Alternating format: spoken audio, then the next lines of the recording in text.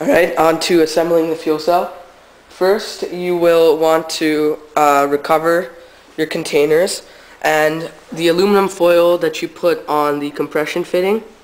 You'll want to take that off. Next, you will want to make a conductive saltwater solution. So for that, you will need 12 cups of distilled water, and just put that in a pot or something, and get 6 tablespoons of salt and add that to the distilled water.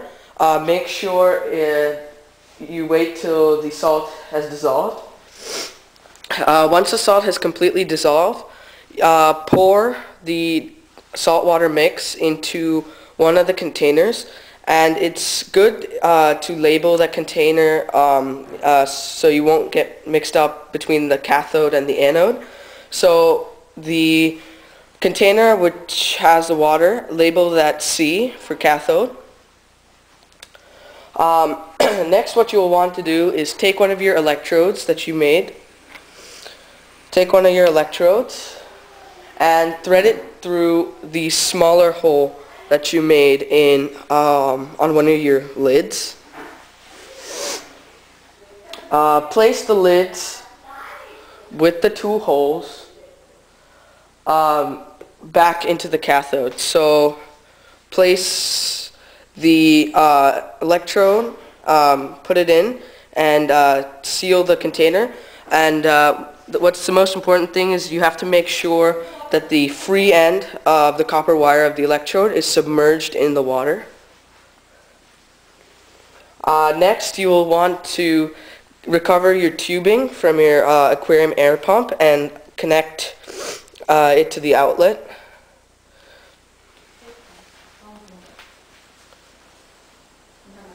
And you will want to push the other end of the tubing into the larger hole into the cathode, and you need to make sure that the tubing is submerged as well. The last step in assembling the fuel cell, wearing your safety goggles and gloves, you will want to pour about half of the topsoil mud into the other container.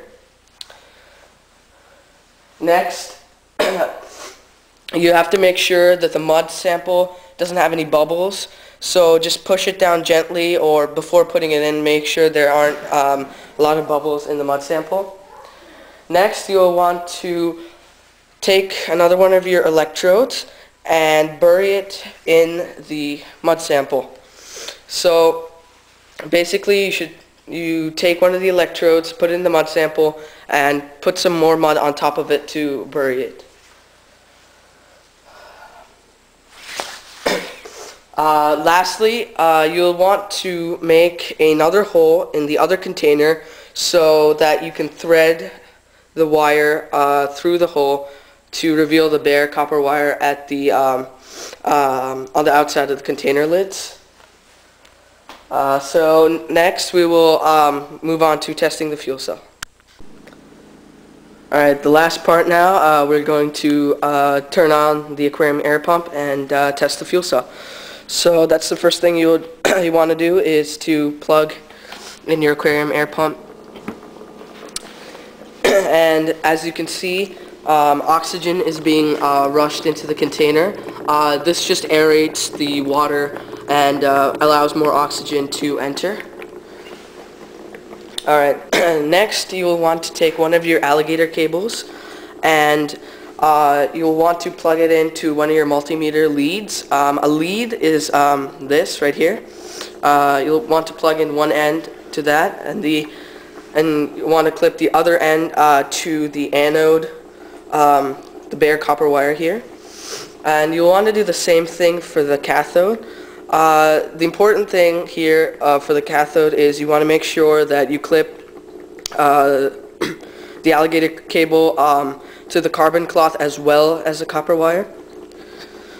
Alright, last thing to do is to turn on the multimeter. Alright, let me get it.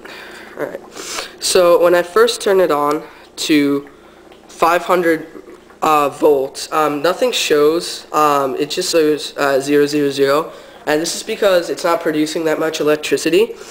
When you go to 200 volts, nothing really happens, as you can see. When you go to 20 volts, you get a little bit. You get 0.01.